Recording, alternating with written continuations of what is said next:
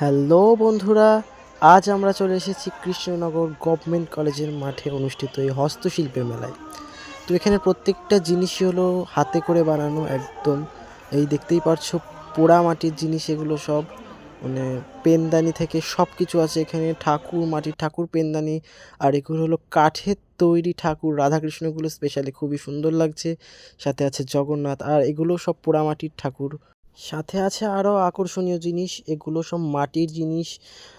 কেউ কীর্তন করছে, হারমোনিয়াম, তবলা, মানে এভরিথিং সব কিছু আছে এখানে মাটির।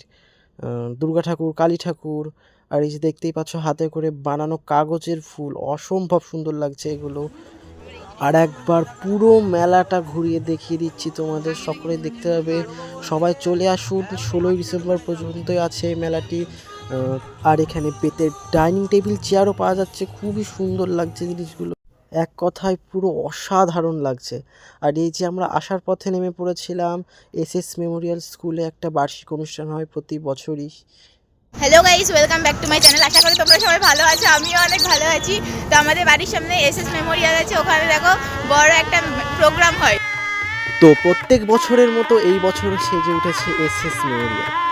এই স্কুলের এই বার্ষিক অনুষ্ঠানের শেষ দিন আসে এক সেলিব্রিটি। প্রত্যেক বছরই একজন সেলিব্রিটিকে আনা হয়, যেমন আগের বারও এসেছিল অঙ্কিতা ভট্টাচার্য, নিশ্চয়ই এইবারও আনা হবে।